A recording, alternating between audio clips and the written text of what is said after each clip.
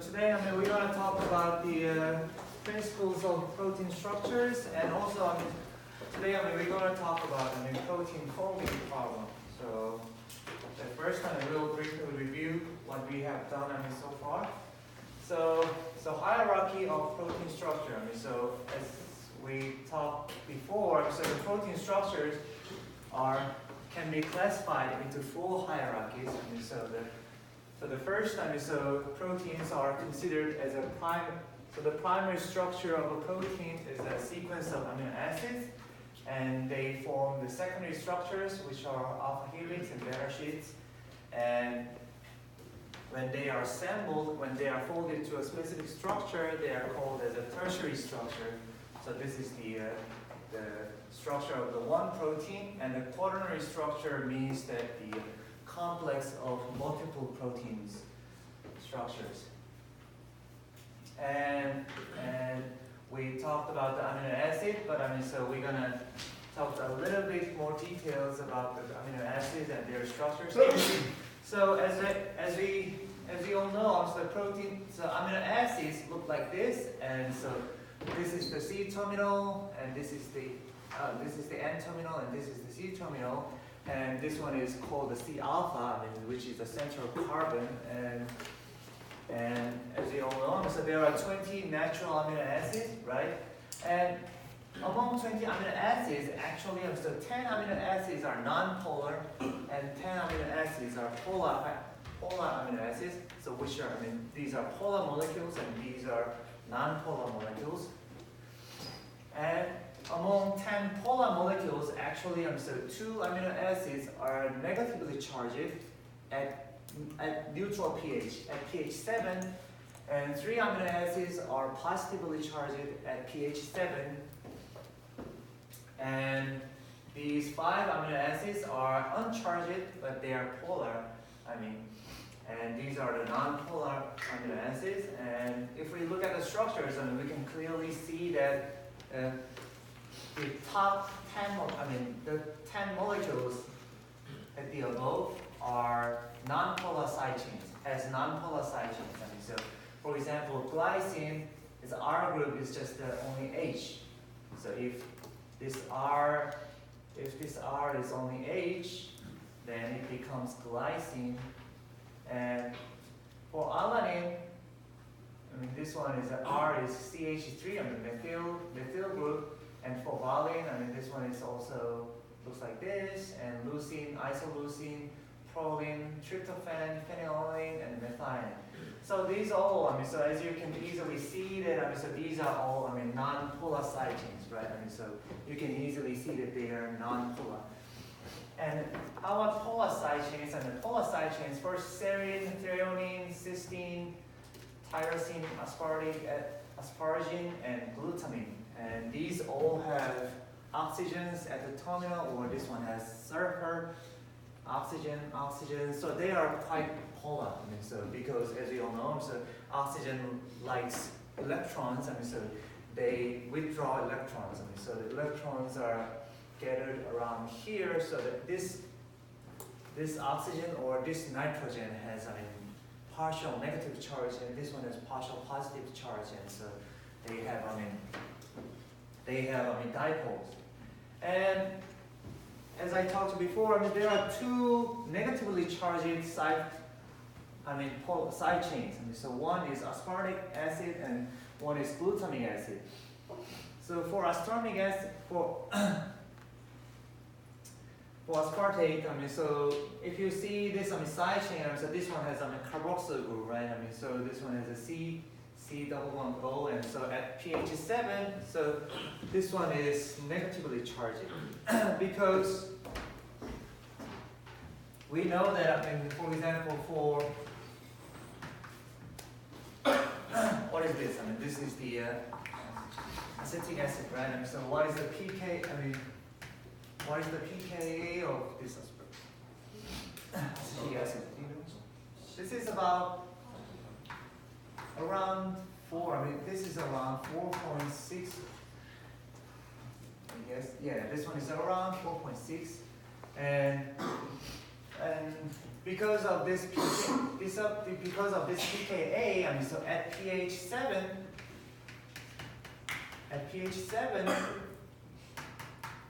this one, I mean, mainly exists as a COO minus.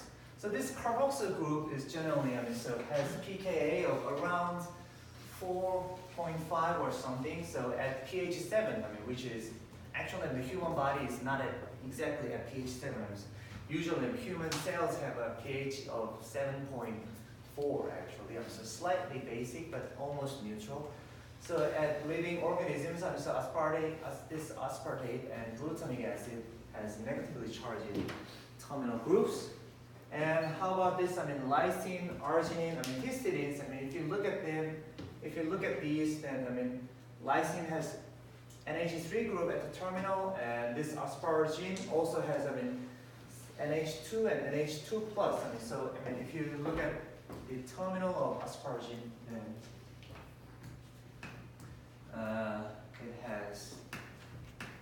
it originally has this one and this one, but I mean,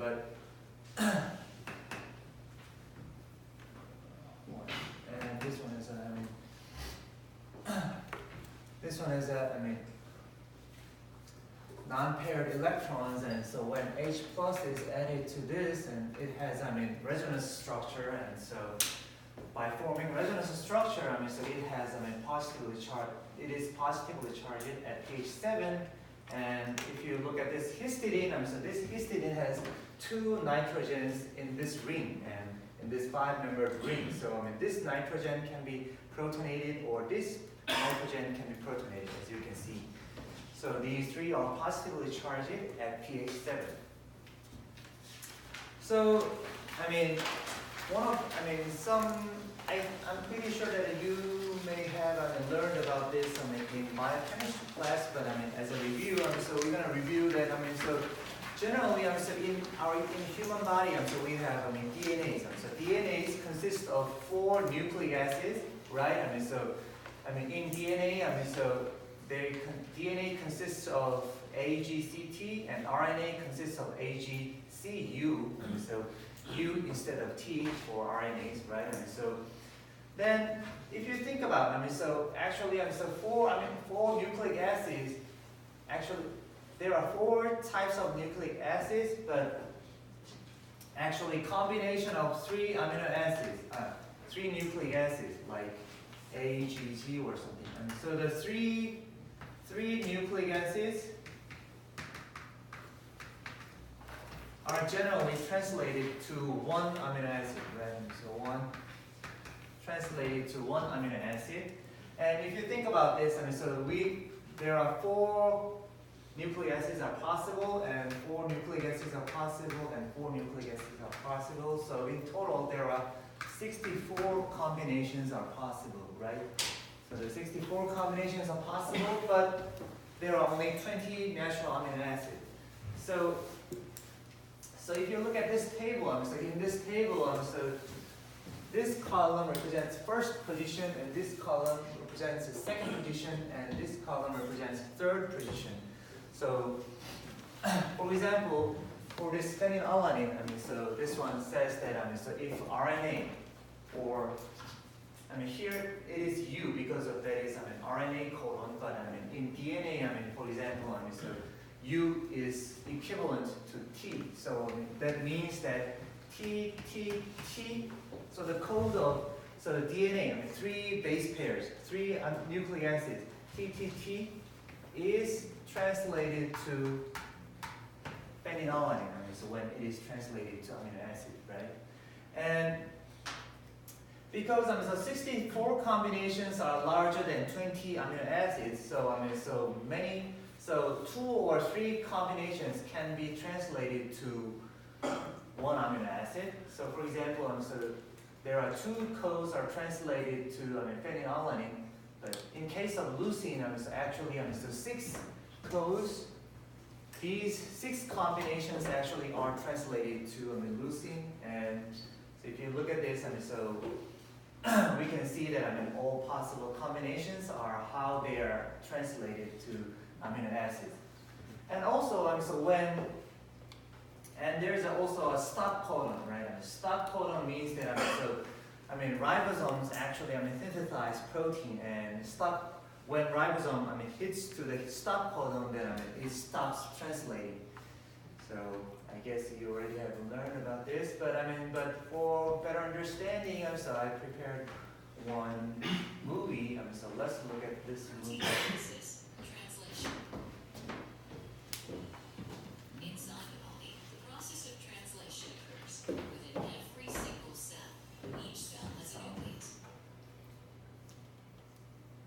After transcription, mRNAs move out of the nucleus and enter the cytoplasm. This mRNA strand acts as a template for protein synthesis. Present in the cytoplasm is an enzyme, aminoacyl tRNA synthetase. The enzyme macromolecule has two binding sites. One site recognizes the amino acid methionine. This is followed by binding of the ATP molecule and release of pyrophosphate, resulting in activation of amino acid. Finally, tRNA and the activated amino acid bind together. This amino-acylated tRNA is known as met-tRNA and is released from the enzyme. This marks the commencement of the first stage of protein synthesis, the initiation stage. During the initiation stage, a small subunit of ribosome binds to the mRNA strand. The mRNA strand is made up of codons, which are sequences of 3 bases. Then the ribosome subunit moves along the mRNA in 5' to 3' direction until it recognizes the AUG codon or the initiation codon. At this point, met-tRNA, possessing the anticodon UAC, pairs up with the AUG codon of the mRNA. Then a large subunit of ribosome combines with a small ribosomal subunit. The large subunit shows 3 sites: the aceptor site or the A site, the peptidyl site or the P site, the exit site or the E site. This whole unit forms the initiation complex. This is followed by the elongation stage. During this stage, another tRNA carrying molecule of an amino acid approaches the mRNA ribosome complex and fits in the A site. Then a bond is formed between methionine and the amino acid molecule on the tRNA. As a result, met-tRNA becomes deacylated.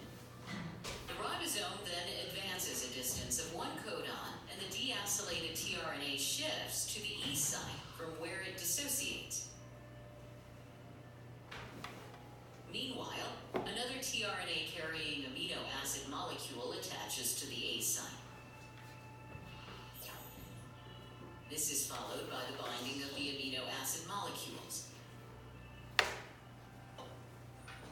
Repetition of this process leads to the formation of an amino acid chain. This event is called elongation.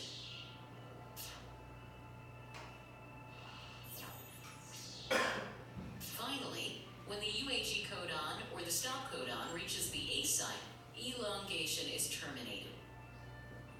Termination is the last stage of protein synthesis. The chain of amino acid molecules is released from the ribosome. This released amino acid chain is the protein, and this part of protein synthesis is known as translation. Then the tRNA detaches from the mRNA. Ribosome detaches and dissociates into its small and large subunits. Summary.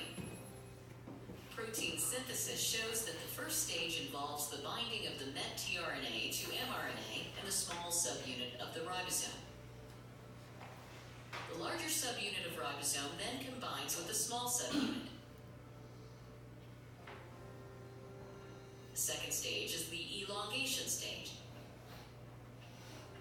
In this stage, the incoming amino acid tRNA fits in the A site. Then a bond is formed between methionine and the amino acid molecule on the tRNA. The process is repeated until a chain of amino acid molecules is formed.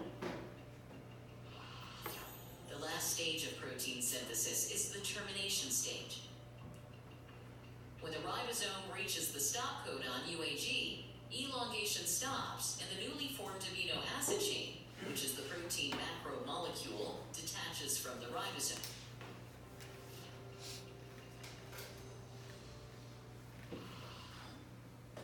Yes, so this is how proteins are synthesized in your body, and so this reaction is keep happening inside your body, and so right now, and so generally, and so DNAs are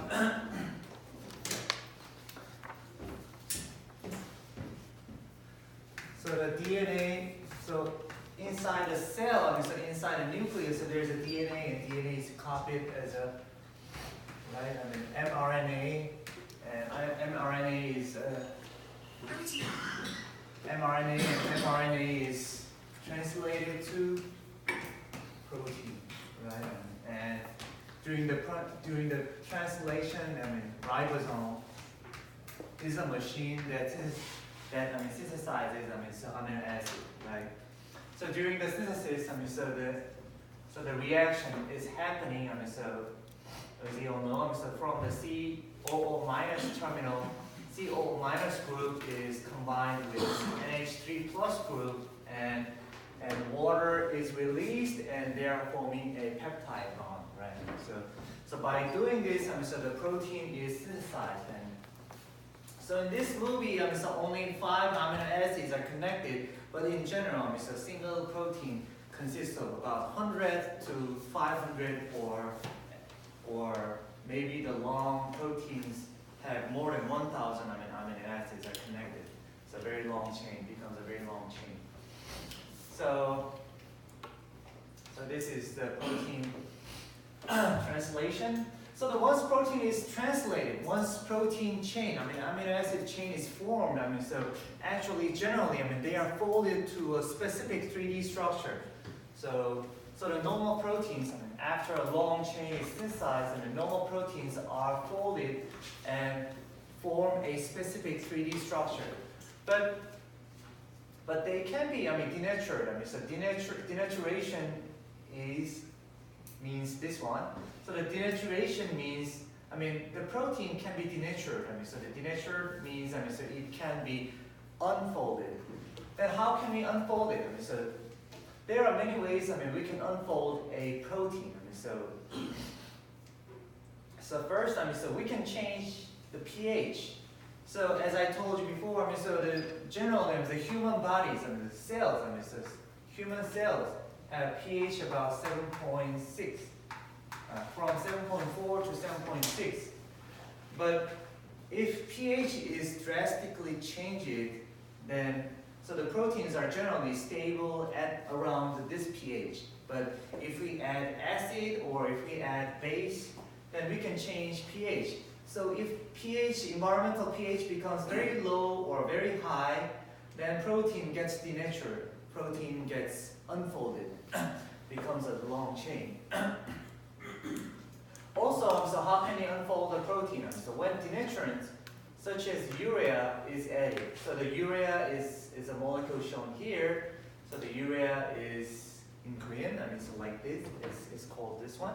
And the urea is also very important in organic chemistry because the urea is the first organic molecule that humans has ever synthesized. And but it is also known that if we add urea into a protein solution, then proteins are denatured. Protein structure is broken. And also, so at high temperature, proteins get denatured. And one example of protein denaturation by high temperature is, egg fry, right? So eggs are generally, transparent, right? And it is like a gel. But, if we add heat, so if we heat an egg, then, it becomes white, and it becomes, thick and like this, right? So it is changing, so its form is changing. It means that, proteins inside eggs are denatured, and they are like aggregated. They become like a spaghetti. So this white means that all proteins are unfolded, and they are just aggregated together. So this is protein denaturation, and we talked about Untinsen principle, Untinsen's dogma before, right? So in general, so what Untinsen did was that so he added urea to unfold protein, but after that, so he removed the urea from solution. Then protein, he observed that protein gets refolded. And always got refolded to the native structure. Its original structure. And that was Untinsen's dogma and Untinsen's experiment. And here, so we talked about several factors that affect protein structure. Then first factor was pH. So then I'll quickly explain why proteins are affected by pH. As we have seen before, so there are 5 amino acids. There are 5 charged amino acids, right? And this is, for example, this is a glutamic acid. Then glutamic acid at pH 4, at pH 7, generally glutamic acid at this form. But we know that those acid and bases can be titrated. Titration, right? You know the titration, right? So titration, titration is 적정. So it means titration. So for example, so if we dissolve glutamic acid in the solution, then we can add we can first we can dissolve this glutamic acid, and we can add base. Then as we add base, its pH becomes higher, right? So I think you've learned about this from an analytic chemistry class. And if you look at this glutamic acid monomer, so this is just a single molecule. This is not connected with any other amino acid. And if you look at this structure, so actually, there are 3 groups that can be titrated. What is this? So this group can be titrated, and this group can be titrated, and this group can be titrated. So there are 3 hydrogen sources, right? So this. And if we add base to this glutamic acid solution, then first this hydrogen is titrated. This hydrogen is titrated. And as we add more, and this hydrogen is detached. This hydrogen is detached, and this one becomes negative. And if we add more and more base, then this one is detached. And this is the titration curve of glutamic acid. And then how can we determine the glutamic acid? How can we determine the titration curve of glutamic acid? You've already learned it also from general chemistry and analytic chemistry class, right? So you remember that Henderson-Hasselbalch equation, right? So Henderson-Hasselbalch equation is pH equals pKa plus log, what is it? HA over A minus, right? So it means that, so let's say that so the pKa of glutamic acid, actually, pKa of this group is 4.4. This group is 4.4. Then at pH 7, then in order this to be pH 7, then how about this? So this should be around 3, right? This one should be 2.6.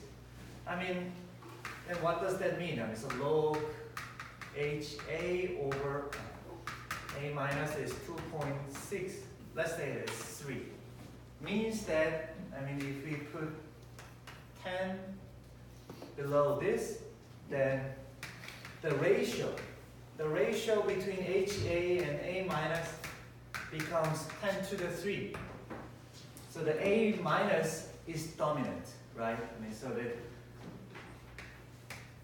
A minus is, there are 1,000 times of A minus form than HA. So which means that 99.99% of molecules are in this minus form, and only 0.0001% of glutamic acid has hydrogen at the terminal, at the carboxyl group, right? So this means that by changing pH, if pH changes, then charge so this is called the protonation state, whether H is attached or not. So the protonation state changes, and this one changes the interaction between, this one changes the energies between side chains and also affects the protein conformation. So that's why, in general, pH is denatured at very low or at very high pH. So that was the general behavior of protein. And also, let's look at the structure of protein a little bit more detailed. And if we think about, one amino acid looks like this. So here, this is the C alpha. Okay, so this is the C alpha. And we know that this peptide bond is forming a plane. So this one, as we all know, this is the sp2 carbon, right? And this nitrogen also has sp2 hybridization. So these four are on the same plane, right? They are planar. But this bond and this bond can be rotated, right? From the organic chemistry class, you learned about this, right? So when there's a rotatable bond,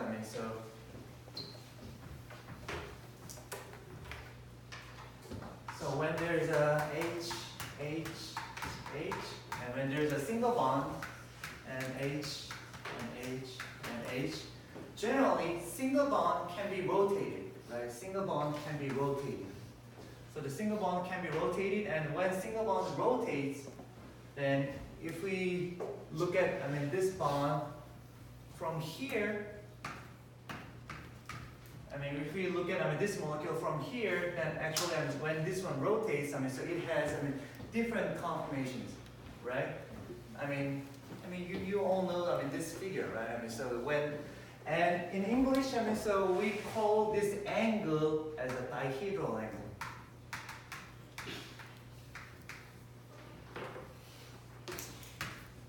Actually, I don't know what it's called in Korean, but so I'll just say it's a dihedral angle. So this angle is called dihedral angle. So in this figure, so when dihedral angle is 0, then they are totally overlapped. So how this is called? This one is eclipsed form, right? So from eclipsed form, it goes to gauche,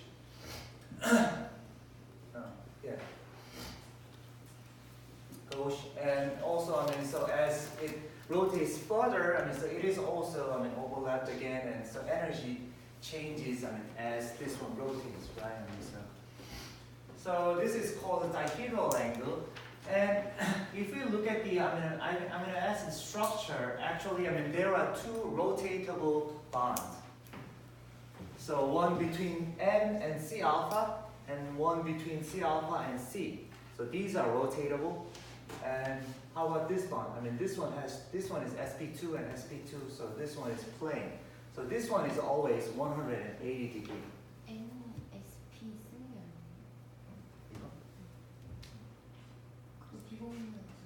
비공유 전자쌍이 있기 때문에. 그러니까 여기에 이제 비공유 전자쌍이 있는 P가 있고 여기 비공유 전자쌍이 여기 P 오비탈에 있기 때문에 P 오비탈끼리 이렇게 돼가지고 얘네가 이제 플레인을 그러니까 이제 질문이 나왔으니까 얘기하면 그러니까 저기 이제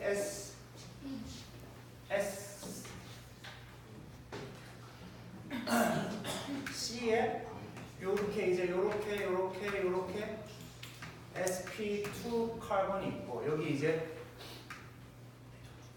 여기 남는 애가 하나가 있고 그러니까 여기 이제 여기 O가 있으면 얘네 둘이 이제 여기 남는 애들끼리 여기 이제 P 오비탈끼리 이렇게 이제 결합을 하는데 여기 이제 N이 있으면 N도 마찬가지로 여기 지금 팔이 3개잖아요. 팔이 3개이기 때문에 그리고 이제 여기에 이제 남는 P 오비탈이 하나가 이렇게 이제 이렇게 서 있단 말이에요. 그러니까 이제 요 평면상에 여기 C가 있고 여기 O가 있고 여기 이제 이렇게 해가지고 N이 있고 여기 H가 있다고 하면은 요렇게 지금 서 있는 P 오비탈이 하나 있고 여기도 서 있는 P 오비탈이 하나 있고 여기에도 서 있는 P 오비탈이 있기 때문에 얘네들이 이렇게 이제 쭉 연결이 돼서 이렇게 이제 얘네가 이렇게 평면 구조를 이루게 되는 것 같습니다. 그래서 이제 잘 생각을 해보면 그러니까 얘가 이제 봐봐 얘가 팔이 하나, 둘, 세 개잖아요. 팔이 3개이기 때문에 sp2 혼성이고 한 개 남는 P 오비탈이 요 그림상에서 수직하게 이렇게 하나 남아요. 여기 이제 수직한 P 오비탈 하나 남고 얘도 sp2라서 P 오비탈 하나 남고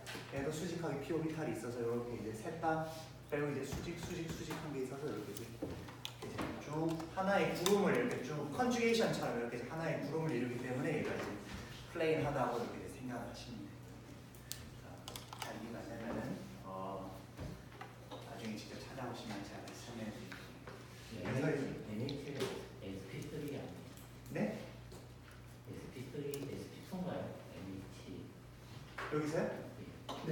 저거 N이 공명성체해서 C랑 N이랑 이중결합되고 O에 하나 결합될 수 있어서 공명성체로 그리면은 그거 이중결합되기 때문에 sp2. 그렇게 생각하면 되죠. 네.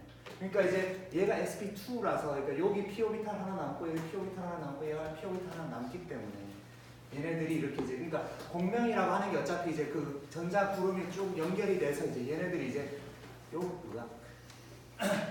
여기 p 하나 남는 것들이 쭉 연결이 돼서 이제 그 하나의 이제 길다란 이제 파이 오비탈 같은 걸 이루기 때문에 이제 얘네들이 이제 플레인하게 그러니까 여기 이제 CON이 이렇게 한 플레인 위에 있고 이렇게 P가 이렇게 이제 3개가 박혀 있어서 걔네들이 쭉 연결이 됩니다.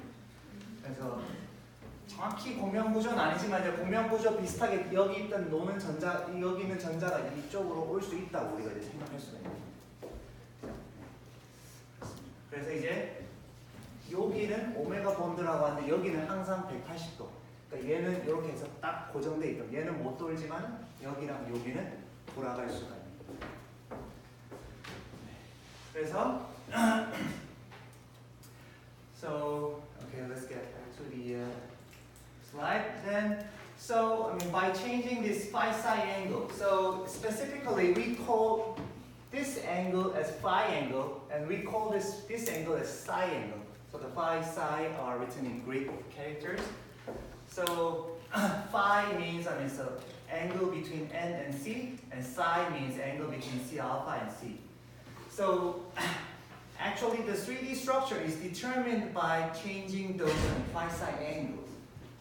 So actually all we have to know to determine a protein structure is about phi psi angles, how phi psi angles are arranged.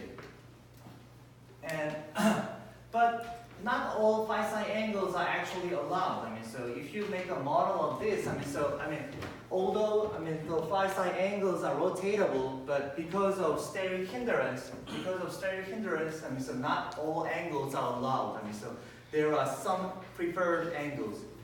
So if we draw a plot of phi psi angles, then it is called Ramachandran plot. Actually, only this combination of phi psi angles and this combination of phi psi angles are observed in proteins.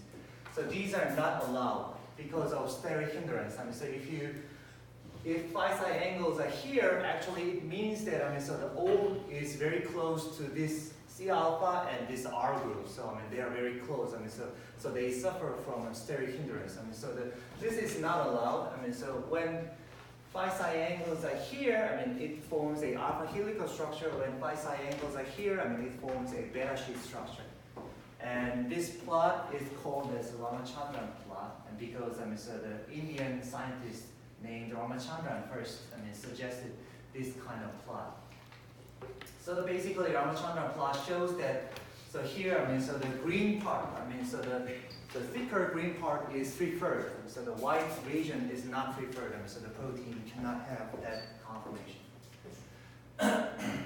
So in protein structure, actually, there's a very famous problem called the Robinson paradox. So the Robinson is a scientist's name. So Cyrus Robinson suggested that in 1969. So if a chain of 100 amino acids is considered, and we assume that each amino acid can have 3 conformations, then there are 3 to the 10 possible ways to arrange this chain. Then this is roughly, so 10 to the 84th conformations. Then if bond rotation occurs roughly at the 10 to the 14 of inverse second, then this means that the search of the right conformation through a random search will take about 10 to the 34 seconds, which means that about 10 to the 26 years, so several orders of magnitude greater than the age of the universe. So this means that, so let's go back to this plot. Let's go back to this plot. So when we have a rotatable bond, so when we rotate this, and generally, so let's assume that so this angle has 3 stable conformations.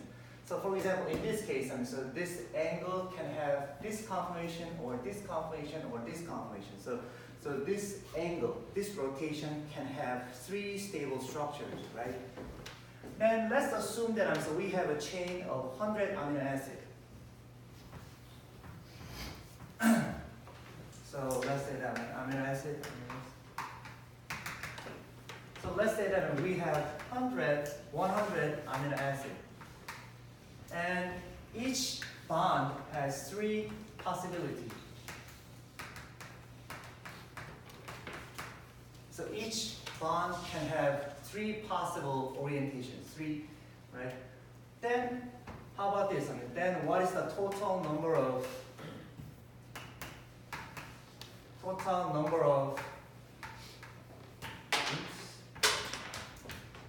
possible structures?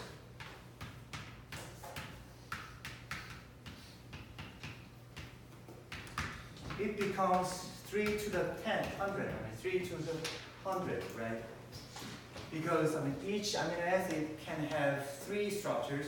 Then in total, this chain in total can have 3 to the 100 conformations. But generally, so theoretical, but this is very large number actually. So this is very large number because of this is the power, and we also know that but when molecule rotates, when this CH3 and CH molecule is there, so when this bond rotates once, rotation of this bond takes about, it occurs, each is about around 10 to the minus, 14 seconds. So this is very fast. So if we think that, so it takes about 10 to the 14 seconds to rotate once. Although this is very fast, so this is about less than 0.001 picosecond. So this is almost about 10 femtosecond. So this is a very short, this is very fast. Still, to search all these possible conformations, all these possible structures, it takes about 10 to the 26 years. 10 to the 26 years. So which is very long, which is longer than the age of the universe. So it means that, so the protein, if we want to find the stable structure just by randomly rotating amino acid, it takes forever. So what does that mean is that, so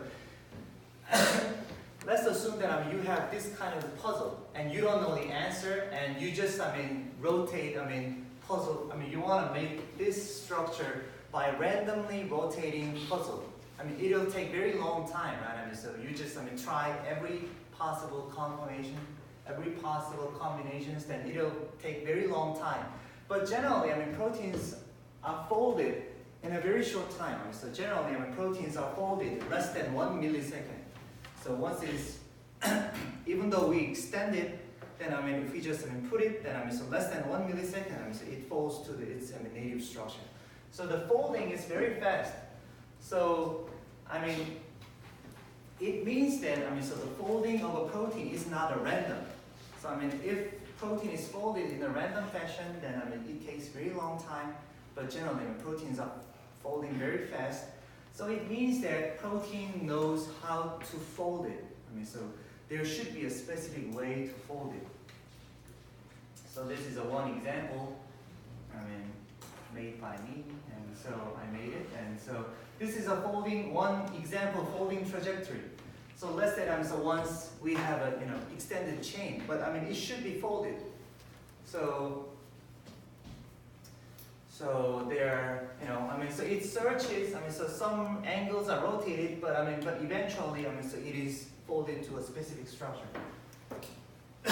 So people think that there should be an answer. There should be a specific way to fold it.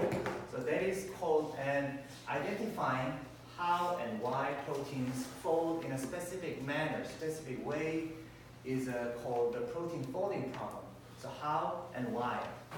So how proteins know the answer. And how they are folded, how they can be folded that fast. So that is called protein folding problem, and it is still one of the most difficult problems in biophysics and biochemistry, and many people are still working on this. So how do proteins fold? So let's understand why proteins are folded and how they fold. And we know that all chemical reactions actually occur to a direction where delta G decreases, right? So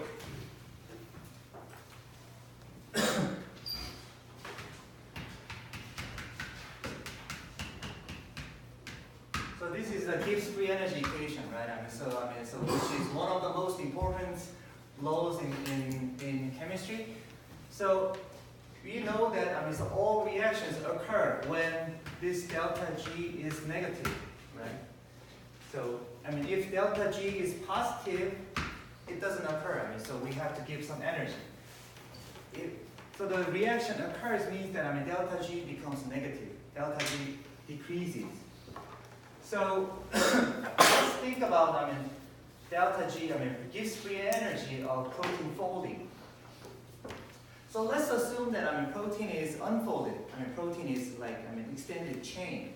Then it means that the protein is like this random chain. Then in this case, so entropy is high, right? Entropy is high. So it is just a random spaghetti. So the entropy in this case, when protein is unfolded, entropy is large. But how about when protein is folded? When protein is compact, very compact, then, when protein is very compact, then which one becomes large? So enthalpy, energy becomes large because there are many contacts. So there's two competing, components. So when protein is unfolded, entropy is large and energy is low. Energy is small, but protein is folded, energy is large, and entropy becomes small. Because once protein is folded, then it stays that conformation. It doesn't change that much. It just, has one structure. So the entropy is very low, but energy is large. So because of that, so generally we can think that when protein is folded, when protein has a compact structure, then interaction between side chain becomes stronger, and generally native structure. This structure has very low, actually the lowest free energy among all possible structures. So that is a very important assumption. And also, if we look at this relationship, so how about this? So when protein is folded, this one is very negative, but protein is unfolded, this one becomes very negative. Then what about, if you think about the T, then actually, for the protein folding case, so the protein folding case actually, so it becomes like this. So when T is large, delta S becomes dominant. So that's why, when temperature is high, then protein gets, so unfolded. So when temperature is high, so protein likes to be unfolded because of this, entropy term becomes, large. But when T is low, then entropy term, this term becomes small, and generally it's energy dominant, and so the protein likes to be folded. So this one also, so explains why protein is unfolded when T is high. Okay. So oops, I don't have much time, but so let's quickly describe, what determines the protein folding. So the energy, so why protein fold? So there are several factors that determines protein folding. So the 1, 2, 3, 4, 5, 6. So the first is hydrophobic effects, and second is hydrogen bonds, ionic interactions, and disulfide bonds, and van der Waals energy, and dihedral angle energy. But among these, actually, the hydrophobic effect is the most important term. Actually, so the hydrophobic effect is the main driving force of protein folding.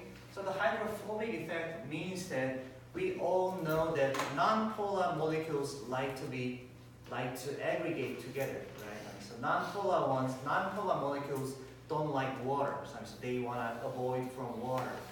So, but we know that, so as we talked before, there are 10 nonpolar amino acids and there are 10 polar amino acids.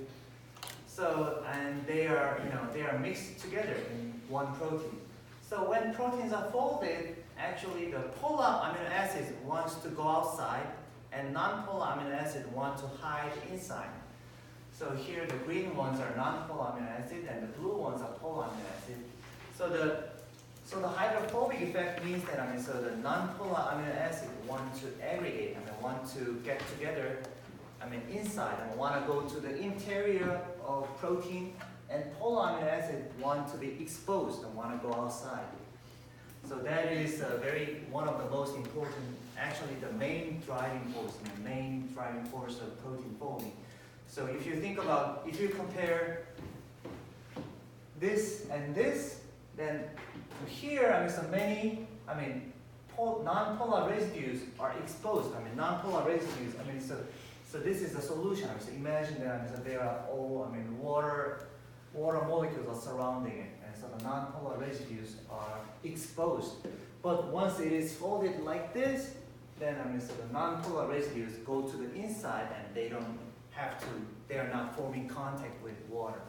So it is like this. So when there are two non-polar molecules and water is surrounding each other, but when these two, phenylalanines are stuck together, so these phenyl rings are stuck together, then less waters are used to surround this, and other water molecules are forming additional hydrogen bonds.